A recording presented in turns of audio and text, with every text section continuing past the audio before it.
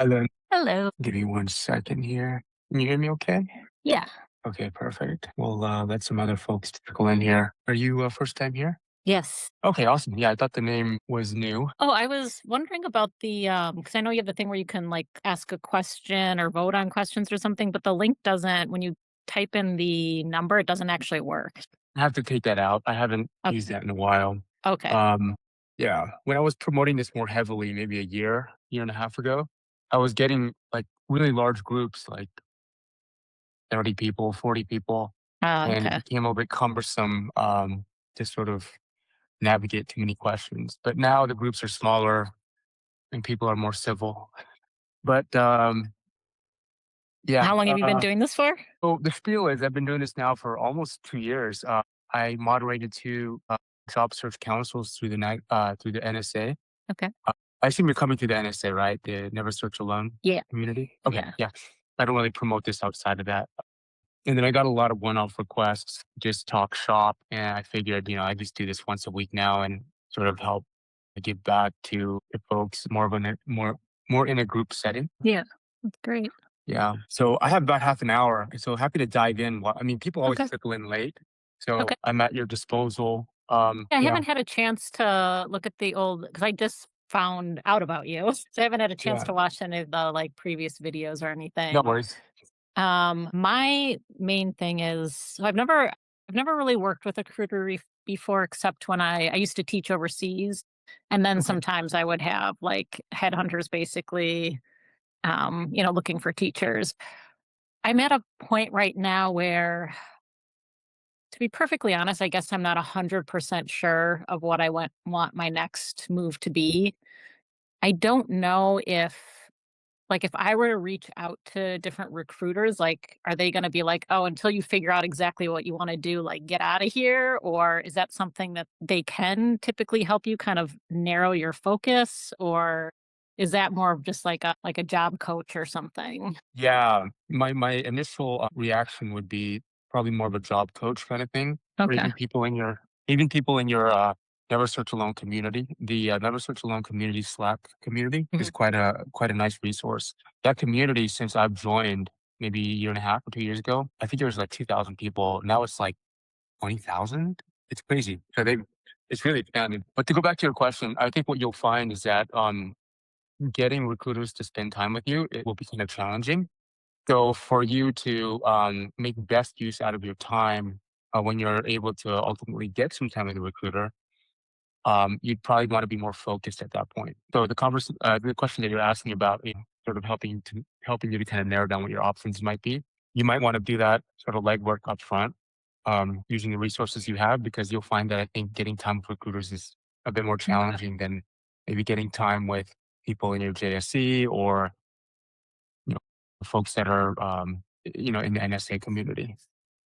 Yeah, I feel like I've kind of narrowed it down, but I'm still not 100% sure. So yeah, it's just kinda wondering if they could potentially help me. They certainly could, but I guess my thought is that as you try to get time with recruiters, it might be a little bit more scarce. Um, but I mean, why don't we dig into this now a little bit? I mean, while we're here, are you currently a teacher? Like, is that has been your career? No, I did teach for many years, primarily internationally, and then when I moved back home and I jumped into, like, kind of marketing and copywriting because I was an English language arts teacher, so I love writing, Okay. and it just seemed, more of a natural transition. But now that I've been doing that for a little while, I realize I'm just not super passionate about it. I really miss like being in front of people, doing some sort of like educating. So I'm thinking about more leaning towards like corporate type trainings, professional development, like that kind of area. Because I kind of miss Yeah. being, I don't want to go back to the classroom, but I miss educating basically. I think the area that I really struggle with is that I wanna be doing it something that I feel like is more meaningful and important versus just, like, working for a company where they're like, "Oh, you just have to, like, train people on how to, like, I don't know, use our whatever computer system," or something that I just kinda feel like is meh. So that's Yeah. probably my biggest struggle is trying to find a match with a company that I'm like, "Wow, they're really doing great things, and I wanna be a part of that." I wish I Yeah. didn't have Yeah. that. drive or requirement for my own personal fulfillment, but I do. Yeah, no, yeah, I mean, I guess you have to prioritize sort of your filters, right? And, certainly if you can find an opportunity where, the company mission aligns with your purpose, that would be ideal, right? What did you teach? Maybe I missed this, but what did you teach prior? English, like it's like literature, writing. Okay, okay, cool. I taught some other subjects too, but those were my primary. And I loved it because for me it was very meaningful. Because I mean, I'm sure some people would look at it and be like, "Oh, what does that matter?" But for me, it's like you're teaching kids how to critically think. You're teaching them empathy. You're teaching them, how to analyze the world and put themselves into positions that they've never been in before. So to me, it was What very meaningful. To what extent, I'm curious about your take on the role of AI in education, because it seems like nowadays AI can give you a hyper personalized learning experience, right? Yeah, ChatGPT came out when I was still teaching. I ended up actually having kids going back to pen and paper because what I found, they just use it to have them come up with the answers for them. So they're not using it Mhm. as a tool as like you might use it or I might use it. They haven't learned those critical thinking skills yet, or they haven't Mhm. honed those in, and so they just would ask something to ChatGPT, and whatever it spit out, they would just accept. Uh, So I found it to be really problematic, and we did have classes on it. Like, I would teach them classes, like, showing them like, I would put in a prompt and show them how not only was it well, not only are they just not using it then to think themselves, but it's also oftentimes giving them the wrong answer. mhm. So we would do stuff like that, but a lot of kids still would still use it. So that's Yeah, why eventually I'm like, all right, we're going to write some things by hand today because like I want you to actually think about this. And yeah, yeah, it was a huge challenge. I feel for teachers right now because I know that many of them are struggling with that. yeah. I know that one thing because I'm a parent myself. And one of the questions that I have is, what should my 11 and 8-year-old be learning right now, and what role does AI play into that? And I think there's a lot of parents. I'm just speculating here, speaking, projecting from my own experience, but there's probably a large number of parents out there that are wondering the same thing. There might be a niche where you can combine that with your teaching experience and Mhm. sort of melding that and maybe solving that problem for parents. I don't know, just an idea. I think part of how my role in relating with talent candidates and in the talent marketplace, I think how it's evolving a little bit is, especially as I do meet with more folks through the NSA community, is I don't know, just planting the seed about how to think differently about what employment looks like. Because we talked about this maybe a week or two ago. With this job search, you might be just kicking the can down the road in terms of finding a job, and maybe that job's good for a year, 2, 5 years, but maybe that job will be eliminated, in the medium term. And Mhm. so how do you navigate that? I don't have the answer to it, but I think part of it involve just connecting the dots between what the market needs and what you can offer, right? Yeah, I think that's definitely going to be changing a lot over the next year or two. We're already Um, seeing it. Yeah. Kind of in that same vein, I'm curious, like, do recruiters like, I know a lot of jobs when you apply to them, they're using AI to sort your resume. As a recruiter, is it the same thing? Like, when people send in resumes, do recruiters generally have some sort of AI tool to kind of sort through things as well? Or Yeah. Increasingly, these applicant tracking systems, these ATS systems, are integrating AI into the workflow. And part of the workflow is evaluating that stack of 500 resumes Mhm. and making that easier for a recruiter to sort through. The way these ATS platforms are positioning themselves is not to replace the recruiter per se, but to make the recruiter's job easier. Yeah, And so, well, yes, AI is continually being integrated into the workflow that a recruiter is using to evaluate that stack of resumes at the top of the funnel and to narrow it down, right? So yes, if you're not already doing it, I would definitely use AI to help you, um, help evaluate your resume yeah. against the company job description, the company background, company information, and to do sort of those sanity checks. I mean, you still need to do the sanity checks, but you can help it do a lot of the leg. It can help you do a lot of the legwork in terms of personalizing your resume for a particular role for a company. I just read I think it was on LinkedIn maybe, where There was a study that was done, and they found that AIs, again, just recruiters that are using AI to sort resumes, it will pick the resume written by the same. So if it's like a ChatGPT type of thing, it'll pick a resume more often than not written by ChatGPT. And they even tested it for they had like human graders like go through the resumes, but it didn't matter if like the other one might have been a better resume. The AI has a preference for itself, basically. So that That's was funny. a little disturbing. Yeah, maybe I can see that happening eventually. Hopefully, the whoever's prompting the model or the AI will be a little bit more sophisticated. But yeah, I'm sure things like that slip through the cracks all the time, and these biases sort of slip through. Okay, I don't wanna take up all the time if other people wanna ask questions. Hi, Samantha, Nina, and T. O'Brien. Would love to see your guys' faces if you're not too shy. I can show my face, but it's 1:45 my time and I'm Oh standing. no.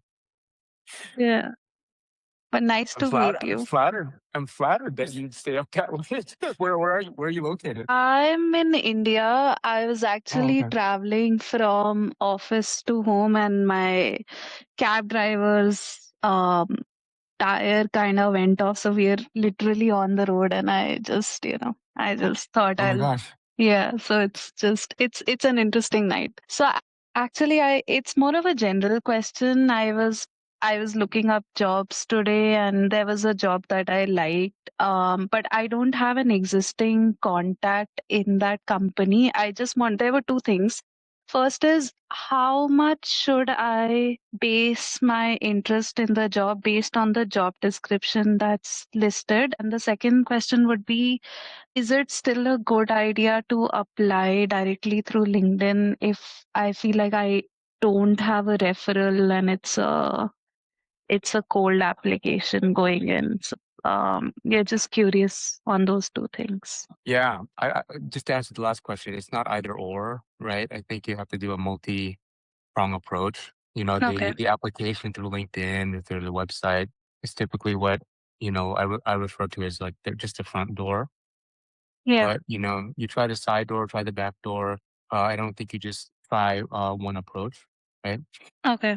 And then I'm sorry, your first question had to do with, The you JD. know, So I'm kind of basing it off of what have I done in the past and how does it relate to the job description that's mentioned, and does it excite me or not? Is that sufficient enough for me to apply to that role, or should I be thinking about I've also looked up the company. It's a fairly decent company. It's matching my criterias in terms of location, in terms of pay. Is that an for an initial go ahead, is that enough to just understand that the company is decent and the job description seems aligned to my previous experience? yeah, sure. So in my experience, job descriptions are not always the end all be all, right? You shouldn't, I mean, you would never accept a job offer purely based on the job description. It's like an Yep, employer would never hire you purely based on your resume. Like there's always an correct. interview process. So, in terms of your interest in a company or an opportunity based on the job description, I would say, assuming that the job description was created in good faith, then it's a great starting point, right? That said, some companies don't create job descriptions in good faith. And what I mean by that is I've seen instances where hiring managers are moving fast. They don't have an existing job description. They'll copy and paste a job description from another company. I've seen that happen. So what I mean by good faith is assuming that the job description actually represents some level of introspection and learning, looking at what the company needs, what the team needs, and them articulating that in a job description. If a job description is created in that fashion, then it probably represents, for the most part, their needs. Right? There's always going to be some things that are missing, right? And that gets fleshed out in the interview process. But yeah, I think typically a job description is a good starting point for you to evaluate, whether, I mean, one, they have a need, right? For them, typically, again, if it's in good faith, you can assume that if they have a job description posted, that a position does actually exist and they are actively looking for somebody to fill that position. Now, that's not always true. And for some reason or another, sometimes companies leave job descriptions posted out there, even though they're stale, even though they're not actually actively hiring for the position. And there could be a number of reasons why that's done. And I'm not going to go into a list of those, but for one example, a recruiter may know that the position will be open, let's say in a few weeks or a few months, and they don't want to go through the trouble of taking it down and putting it back up in a few months, right? And for whatever reason, right? There's reasons why they do that. So yeah, I mean, I think typically a job description is a good starting point. I guess some red flags, maybe to ask a question you're not asking yet, maybe some red flags to help you determine whether a job description is presented in good faith is, how long has the job description been posted? If it's stale, if the job description's been out there for 6 months and it's a small company, that's kind of strange. Even a large company, right? Sometimes large companies will post a job description, they'll kind of leave it out there evergreen because through natural attrition, they're just always hiring for X, Y, and Z role, right? But if that's not the case and they have job descriptions posted out there, then maybe that job description is not really active. Maybe it wasn't produced in good faith. If the job description looks super generic, right, as if it could have been copied and pasted, right, then maybe that's not a job description in good faith. Gotcha. Yeah. I think, yeah, that makes sense. So I got your point. So it has to be fairly recent and it doesn't have to be generic. So once I've analyzed the job description and it seems like it's not a stale job description, I'll apply on it. You mentioned the back door and there should be other alternatives as well. Is it more of scouting for referrals in that company? Like, is that the other option for me if I don't have an existing network in that company, or maybe I Yeah. don't know someone directly? Yeah. So, trying to find those people that could have influence over the role internally is Yes, sort of that exercise. gotcha. Okay, that makes sense. Yeah. Okay, thank you. And start with your own network, because maybe Okay, that can lead starting with your own network it can maybe lead you to the companies, former bosses, where are your former bosses working now, former yeah, clients, if you had former clients, got former, it. Got it. you know, Because usually so there were two approaches. One is you come up with your own target company list and then you scout for open roles there. The other is, what's really in your network and hiring.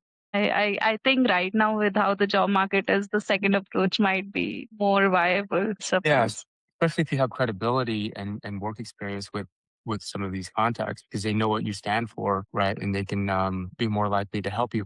That sort of leads to another question, which is, how do you set those people up to help you most effectively, right? So Yes. going back to like what Lynn and I were talking about is being focused, right? Because if you can't message to your so for the most part, your network, they want to help you. Especially people that have worked with you, that trust you, you have credibility with. For the most part, they want to help you. Where people get lost is if they don't know how to help you. So if they don't know what you're looking for, it'll be difficult for them to qualify or send leads your way. Gotcha. No, I think that makes sense. Yep. Thank you. This is really helpful and it's an interesting take. I'll take that forward. Theo Brian, Eric, long time no talk. how are you? I'm doing okay. Living the dream. That dream's probably a nightmare, but we'll go with it. Hitting ludicrous speed. Yeah. I just shot you an email to follow up on our previous conversations. No, Okay. no need to take up Lynn's and Shakina's time here, but just sitting back, listening in. I was just reading his messages in the comment. He said, I'm hearing from hiring managers that they're drowning in messages from LinkedIn as well as getting referrals, recommendations from fellow coworkers. Yeah, it's quite noisy. Yeah, I'd say 90% of the hiring managers I've reached out to, I don't hear anything back. I'd give about the same in regards to referrals. So I'll find Girls. folks, even the people that was previously in that role, they'll refer over. And there's been more than one occasion where I've gotten a rejection email within hours after making that connection. It's pretty brutal. Yeah.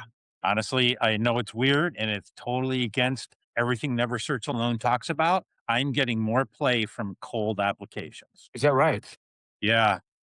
Um, Noting that, okay, so my candidate market fit is I am looking for a information security, privacy, trust and assurance compliance role in a technology organization that is probably Series B, maybe Series C, that wants to make their trust and assurance security program a market differentiator.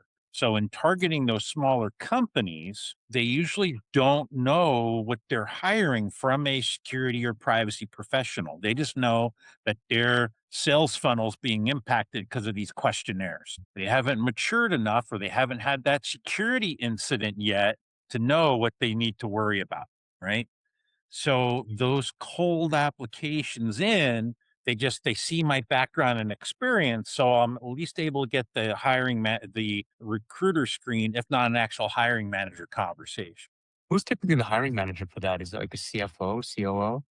It's usually the CTO or someone in the engineering realm. Rarely is it legal or finance. Very rarely is it the CEO, though those have been some conversations because of the compliance obligations those companies fell under. And oh, well, this role is actually the data protection officer. I'm like, well, under GDPR, role is supposed to fall under the CEO to remove conflict of interest, and I will get the rejection email right after I say that because it's just Oh, not in, even though that's what they're being told to do from a compliance legal perspective, they haven't gotten their head wrapped around that yet. wait. So you're getting a rejection because what are you attributing that to? I am attributing that to, well, one, oversharing because I'm trying to save myself from previous bad situations of employment.